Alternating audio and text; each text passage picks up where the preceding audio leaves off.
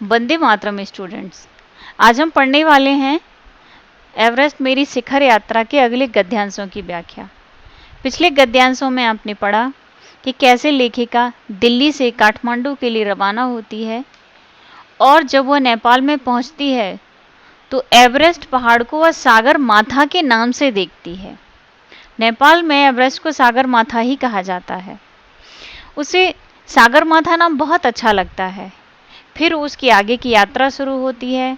पहाड़ों को देखती है, वहाँ के वातावरण को देखती है और बहुत सारी चीज़ें उसे अच्छी लगती हैं तथा कुछ उसे डराने वाले समाचार भी सुनने मिलते हैं।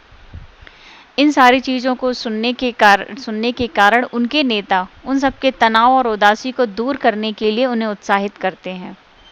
नेता मतलब टीम के लीडर। उनके मुख्य नेता कर्नल खुल्लर हैं और उनके उपनेता असिस्टेंट लीडर प्रेमचंद हैं। वो उनको बताते हैं कि कैसे पहाड़ों में क्या क्या कठिनाइयाँ आने वाली हैं, कैसे उनको कठिनाइयों का सामना करना है तथा उन सब के लिए किस किस तरह की तैयारी की आवश्यकता है। ये सब भी आपने पिछले वीडियो में पढ़ा। तथा ये भी लेखिका जानती है कि कैसे कठिन से कठिनतम चढ़ाइयों को पूरा करना है। अब हम आगे का पाठ पढ़ते हैं। लेखिका कैंप में है, कैंप में सो रही है और अचानक से एक घटना होती है। क्या घटना होती है?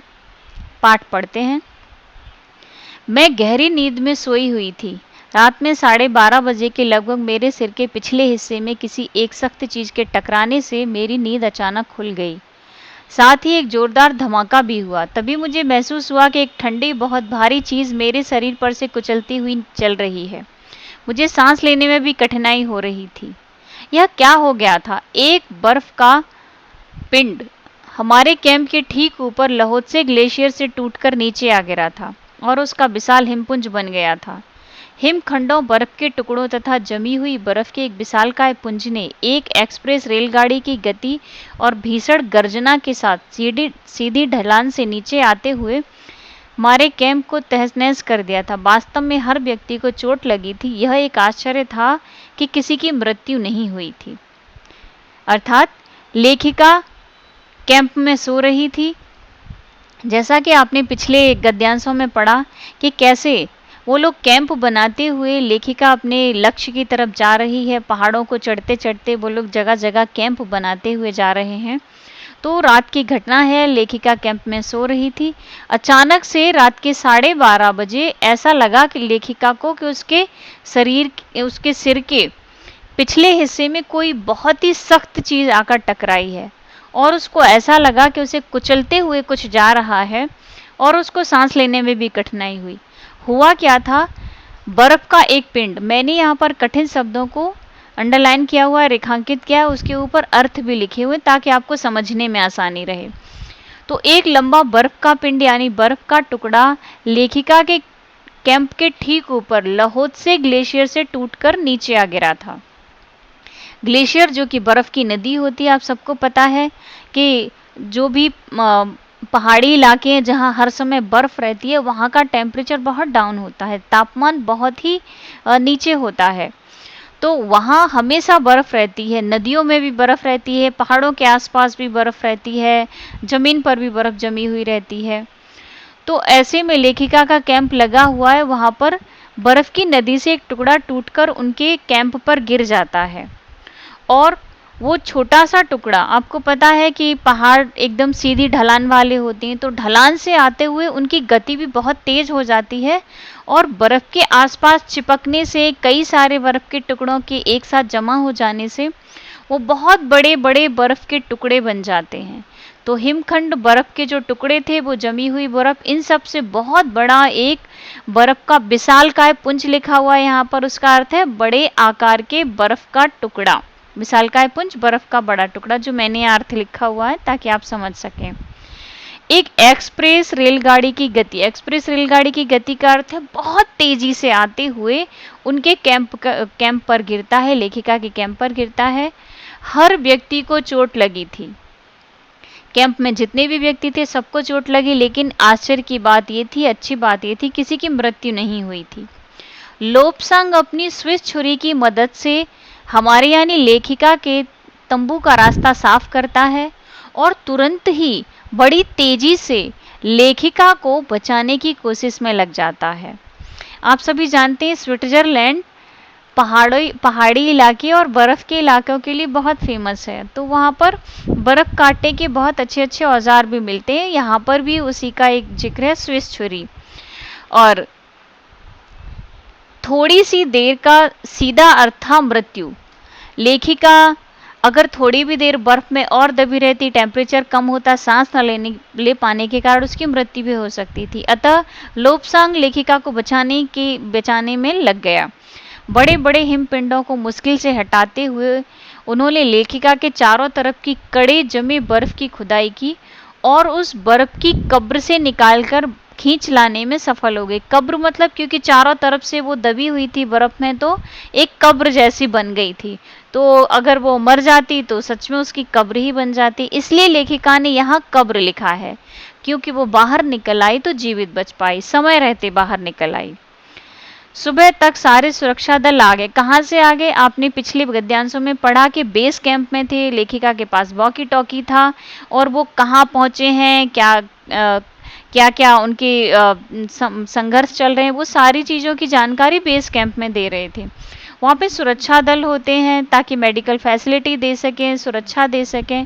तो वो सभी लोग वहाँ पर आ गए जब उन्हें पता चला कि एक दुर्घटना हुई है, ग्लेशियर से एक बर्फ का पिंड टूटकर एक दल के ऊपर गिरा है।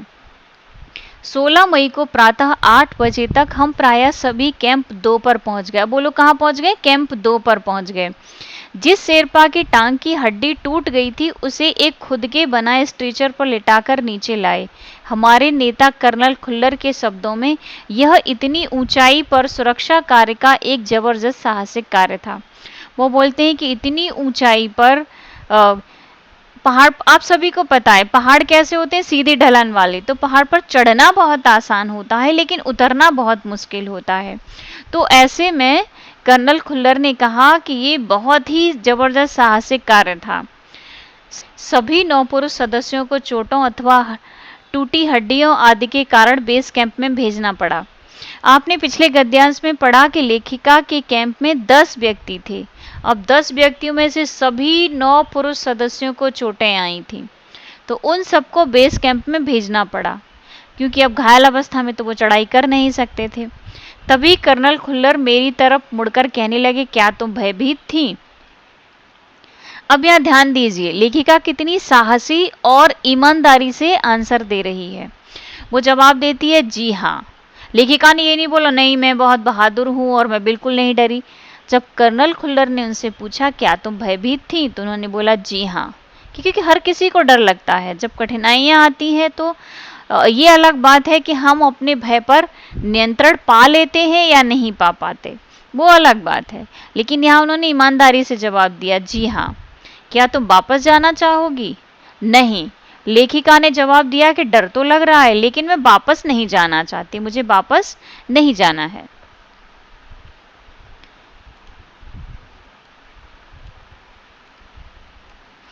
अंग दोरजी बिना ऑक्सीजन के ही चढ़ाई करने वाला था, लेकिन इसके कारण उसके पैर इतने ठंडे पड़ जाते थे, इसलिए वह ऊंचाई तक लंबे समय तक खुले में और रात्रि में शिखर कैंप नहीं जाना चाहता था। इसलिए उसे या तो उसी दिन चोटी तक चढ़कर साउथ पोल पर वापस आ जाना था अथवा अपने प्रयास को छोड़ देना था, क्योंकि बिना ऑक्सीजन के चढ़ाई करना बहुत मुश्किल होता है। टेम्परेचर बहुत माइनस में होता है तो ज़्यादा देर बर्फ में आप रुक भी नहीं सकते।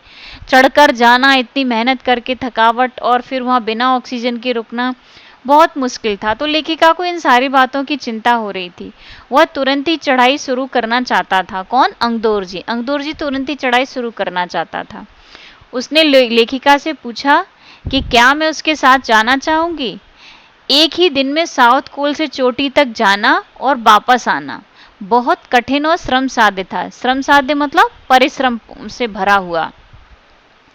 श्रम आप सभी जानते हैं, साध्य मतलब परिश्रम। साध्य का पूरा अर्थ हुआ परिश्रम से भरा हुआ, यानी बहुत कठिनाई थी। जाना आना, थकावट भी हो जाएगी, साथ में मुश्किलें भी हैं।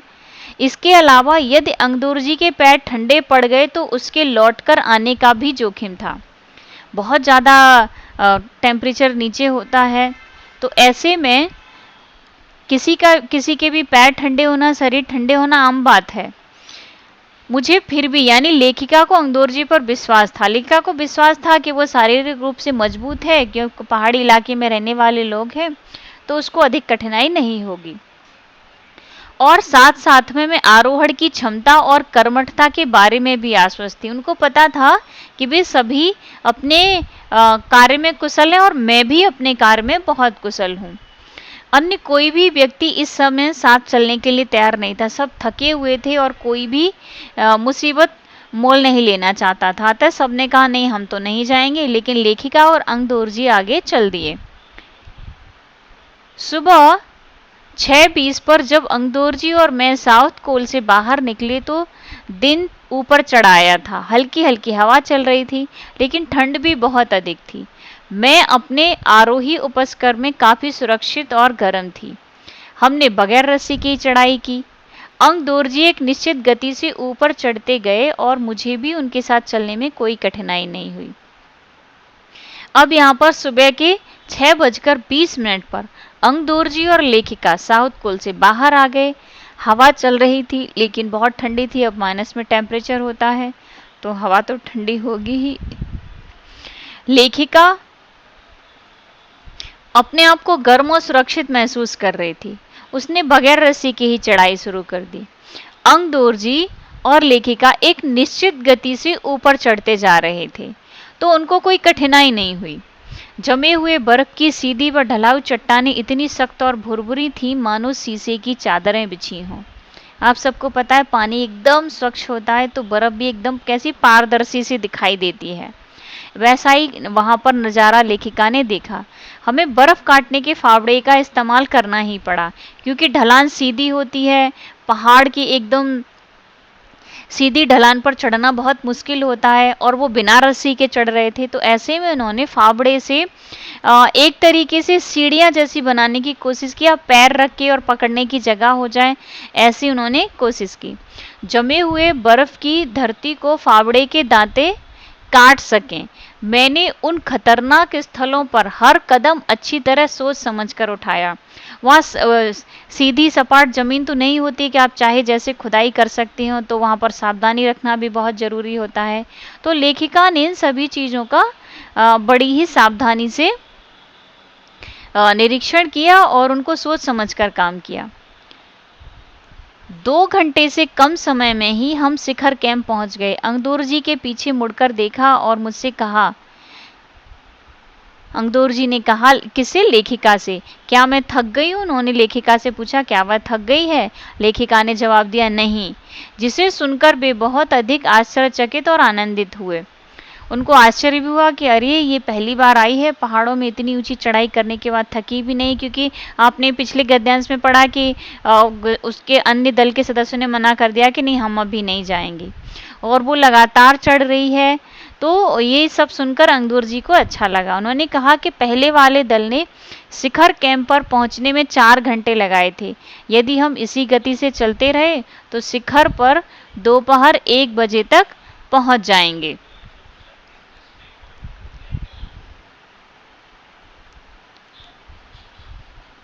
लहाटू हमारे पीछे पीछे आ रहा था।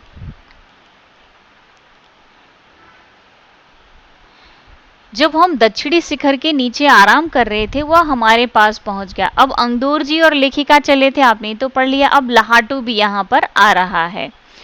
थोड़ी देर चाय पीने के बाद हमने फिर चढ़ाई शुरू कर दी। लहाटू एक नायलॉन की रस्सी लाया था, इसलिए अंगदोर्जी और मैं रस्सी के सहारे चढ़े, जबकि लहाटू एक हाथ से रस्सी पकड़े हुए बीच में चला। अब लहाटू भी चल रहा है, अंगदोर्जी भी है और साथ में लेखिका भी है। क्योंकि लहाटू रस्सी लेकर आया था, तो उसने सलाह दी होगी कि आओ हम सभी रस्सी से चढ़ते हैं, तो वो लोग रस्सी से चढ़ने लगे। और क्योंकि वहां पर सीधे ढलान होती है, तो लेखिका एक तरफ रस्सी पकड़े हुए, एक तरफ अंगदोर्जी रस्सी पकड़े, और बीच में लहाटू उनके संतुलन के लिए रस्सी पकड़े हुए। उसने रस्सी अपनी सुरक्षा की वजह हमारे संतुलन के लिए पकड़ी हुई थी। लहाटू ने ध्यान दिया कि मैं इस ऊंचाई के लिए सामान्यतः आवश्यक 4 लीटर ऑक्सीजन की अपेक्षा 2.5 लीटर ऑक्सीजन प्रति मिनट की दर से लेकर चढ़ रही थी। लहाटू ने जब देखा कि लेखिका जो ऑक्सीजन की मात्रा है वो कम ले रही है, तो उन्होंने क्या किया, रेगुलेटर बढ़ा दिया, यानी कि ऑक्सीजन की मात्रा को बढ़ा दिया। रेगुलेटर पर जैसे ही उसने ऑक्सीजन की आपूर्ति बढ़ाई, लेखिका को महसूस हुआ कि सपाट और कठिन चढ़ाई भी अब आसान लग रही थी। आपको पता है कि जब आप बहुत ज़्यादा मेहनत करते हैं तो शरीर को बहुत ज़्यादा ऑक्सीजन की आवश्यकता होती है और तेज़ तेज़ सांस लेने लगते हैं और थकावट होने लगती है। लेकिन जैसे ही ऑक्सीजन हमारे शरीर में पहुंचती है तो हमें थकान पूरी तो समाप्त नहीं होती, लेकिन कुछ हद तक कम हो जाती है और हमको आसानी होती है। दक्षिणी शिखर के ऊपर की हवा की गति बढ़ गई थी। अब ऊपर जैसे जैसे जा रहे थे हवा तेज होती जा रही थी। उस ऊंचाई पर तेज हवा के झोंके भुरभुरे बर्फ के कणों को चारों तरफ उड़ा रहे थे, जिससे दृश्यता शून्य तक आ गया। अब दृश्यता शून्य कैसे, आप देखती हैं ना सर्दियों में चारों तरफ फॉग होता है, वैसी दृश्यता शून्य, दिखाई न देना इधर उधर।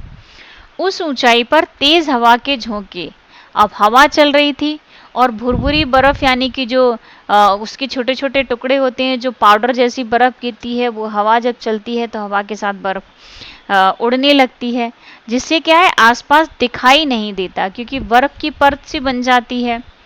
अनेक बार देखा कि केवल थोड़ी दूरी के बाद कोई ऊंची चढ़ाई नहीं है। अब उन्होंने देखा कि आसपास कोई भी ऊंची चढ़ाई नहीं है, पकड़ने का या कुछ भी साधन नहीं है, एकदम सपाट सीधी चढ़ाई है। ढलान एकदम सीधे नीचे चला गया है, यानी गलती से भी अगर नीचे गिरे तो सीधे नीचे जाएंगे, टकराकर, कहीं भी रुकने की कोई जगह नहीं है। मेरी सांस मानो रुक गई थी। डर तो लगेगा ही जब नीचे देखा कि एकदम सीधी ढलान, अगर गलती हुई तो सीधे मौत के मुंह में भी जा सकते हैं। उसे विचार कौंधा कि सफलता बहुत नजदीक है, लेकिन फिर उसने अपने मन को नियंत्रण किया। मैंने आपको पहले बताया हम सबको डर लगता है, लेकिन उस डर पर जब हम नियंत्रण कर लेते हैं तो सफलता हमें अवश्य मिलती है। ये हर एक व्यक्ति के साथ होता है कि हम सफलता को अधिक महत्व दें या डर पर नियंत्रण ही न कर पाएं। जो डर पर नियंत्रण कर लेता है वो सफल हो जाता है, जो डर पर नियंत्रण नहीं कर पाता वो असफल होता है या मुश्किल से सफलता मिलती है। 23 मई 1984 के दिन दोपहर के 1:07 पर मैं एवरेस्ट की चोटी पर खड़ी थी। अब लेखिका कब चली थी आप सबको याद है? 7 मार्च को चली थी। आपने अपने पाठ के शुरू में ही पढ़ा था ना कि 7 मार्च को लेखिका दिल्ली से काठमांडू के लिए निकलती है, तो 7 मार्च को लेखिका वहां से चलती है और 23 मई 1984 के दिन दोपहर के 1:07 पर लेखिका एवरेस्ट की चोटी पर खड़ी थी। एवरेस्ट की चोटी पर पहुंचने वाली वह प्रथम भारतीय महिला थी। मैं कौन? बछेंद्री पाल। तो एवरेस्ट की चोटी पर पहुंचने वाली प्रथम भारतीय महिला हैं बछेंद्री पाल। एवरेस्ट शंकु की चोटी पर इतनी जगह नहीं थी कि 2 व्यक्ति एक साथ खड़े हो सकें। शंकु क्या होता है? त्रिकोण के आकार का। शंकु पता है ना आपको? ये जो आकार होता है इसे शंकु कहते हैं।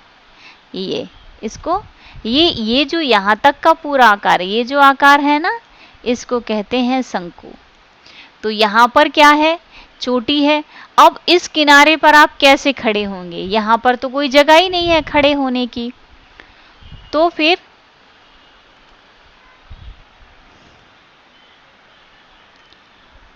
चारों तरफ हजारों मीटर लंबी सीधी ढलान को देखते हुए हमारे सामने प्रश्न सुरक्षा का था।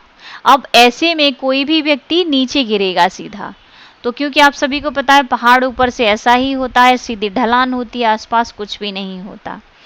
तो लेखिका ने पहले बर्फ के फावड़े से बर्फ की खुदाई कर अपने आप को सुरक्षित रूप से स्थिर किया। तो उन्होंने क्या किया? यहाँ पर बर्फ को काट के खड़े होने की जगह बनाई। सीधी खड़े होने की जगह बनाई। अब यहाँ पर ऐसे और ऐसे पहाड़ पर जगह हो गई ताकि वो खड़े हो सके, लेकिन बड़े ही सावधानी पूर्वक उन्हें ये सब करना था क्योंकि अन्य कोई भी सपोर्ट या कोई भी जगह नहीं थी उनके लिए। तो अपने आप को सुरक्षित रूप से स्थिर किया। इसके बाद लेखिका ने अपने घुटनों के बल बैठकर क्या किया, बर्फ पर अपने माथे को लगाकर लेखिका ने सागर माथे के ताज का चुम्बन लिया। लेखिका बर्फ पर बैठ गई और उसने वहां पर माथा टिकाकर सागर माथा यानी कि उस एवरेस्ट के ताज का चुंबन किया। बिना उठे ही अपने थैले से दुर्गा माँ का चित्र और हनुमान चालीसा निकाला। अब इस लाइन में देखिए, लेखिका बहुत ही आधुनिक है। आधुनिक मॉडर्न होने का अर्थ संस्कारों से दूर होना नहीं होता। लेखिका ने इस समाज की संस्कृति के विरुद्ध, रीतियों के विरुद्ध जाकर पहली भारतीय पर्वतारोही होने का खिताब हासिल किया। अपने परिवार में लड़कियां कुछ नहीं कर सकती, इन सब के विपरीत जाकर उस संस्कृति, उसको तोड़ने की, उन भ्रांतियों को तोड़ने की कोशिश की कि हाँ लड़कियां भी आगे बढ़ सकती हैं और अपने संस्कारों से भी दूर नहीं है। मॉडर्न होने का अर्थ अपने संस्कारों से दूर होना नहीं होता।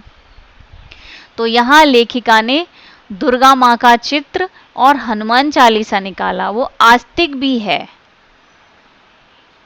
लेखिका ने इसको अपने साथ लाए लाल कपड़े में लपेटा, छोटी सी पूजा अर्चना की और इसको बर्फ में दबा दिया। आनंद के इस क्षण में मुझे अपने माता पिता का ध्यान आया। लेखिका को अब सबसे पहले ये सूचना कि वो एवरेस्ट पर पहुंच गई है, वह भारत की प्रथम महिला पर्वतारोही हो गई है, ये सूचना देने के लिए उसने अपने माता पिता की याद आई। जैसे मैं उठी, मैंने अपने हाथ जोड़े और मैं अपने रज्जु नेता अंगदोर जी के प्रति आदर भाव से झुकी। अंगदोर जी जिन्होंने मुझे प्रोत्साहित किया और मुझे मेरे लक्ष्य तक पहुंचाया, मैंने उन्हें बिना ऑक्सीजन के एवरेस्ट की दूसरी चढ़ाई चढ़ने पर बधाई दी। उन्होंने कहा कि आपने भी बहुत बड़ी सफलता हासिल की है कि आप दूसरी बार भी बिना ऑक्सीजन के एवरेस्ट पर चढ़कर आए हैं। उन्होंने मुझे गले लगाया और मेरे कानों में फुसफुसाया, दीदी तुमने अच्छी चढ़ाई की, मैं बहुत प्रसन्न हूँ। वो भी खुश हुए और उन्होंने भी लेखिका को बधाई दी और कहा तुमने बहुत अच्छा कार्य किया है। कुछ देर बाद सोनम पुलजर पहुंचे। अब ये एक सदस्य हैं टीम के ही। उन्होंने फोटो लेने शुरू कर दिए। इस समय तक लाहाटू ने हमारे नेता को एवरेस्ट पर हम चारों के होने की सूचना दे दी, क्योंकि वो वॉकी टॉकी था उनके पास और हर एक सूचना वो अपने नेता यानी जो लीडर गाइड थे उनको बताते जा रहे थे। तब मेरे हाथ में वॉकी टॉकी दिया। कर्नल खुल्लर हमारी सफलता से बहुत प्रसन्न थे। मुझे बधाई देते हुए उन्होंने कहा, मैं तुम्हारी इस अनूठी उपलब्धि के लिए तुम्हारे माता पिता को बधाई देना चाहूँगा। उन्होंने कहा तुम एवरेस्ट पर पहुंच गई हो, ये सूचना मैं तुम्हारे माता पिता को दूंगा और उन्हें भी बधाई दूंगा। वे बोले देश को तुम पर गर्व है और अब तुम ऐसे संसार में वापस जाओगी जो तुम्हारे अपने पीछे छोड़े हुए संसार से एकदम भिन्न होगा। इसका क्या अर्थ है, भिन्न क्या होगा? अब क्या दुनिया बदल जाएगी? हाँ, क्योंकि पहले एक जो साधारण लड़की थी जिसे उसके परिवार में ही बहुत सारा विरोध झेलना पड़ा, वे गरीब परिवार से थी। घर परिवार में भी उनको बहुत ज़्यादा प्रोत्साहन शुरुआत में नहीं मिला। बाद में भले ही परिवार ने उनको प्रोत्साहित किया, लेकिन इस लक्ष्य तक पहुंचने के लिए उन्होंने बहुत संघर्ष किया। तो यहाँ वो कह रहे हैं अब जब तुम जाओगी तो एक सफल व्यक्ति बन गई हो और एक नए संसार को देखोगी, अर्थात हर कोई तुम्हें एक सम्मान की दृष्टि से देखेगा। जो भी तुम्हारा विरोध कर रहा था, तुम्हें नहीं जाना चाहिए, लड़की है, ये है, बहुत सारी बातें अब वो सब समाप्त हो जाएंगी और हर एक व्यक्ति की नज़र में तुम एक सम्माननीय व्यक्ति बन चुकी हो, ये कर्नल खुल्लर ने कहा। और पाठ यहीं पर समाप्त हो जाता है। क्यों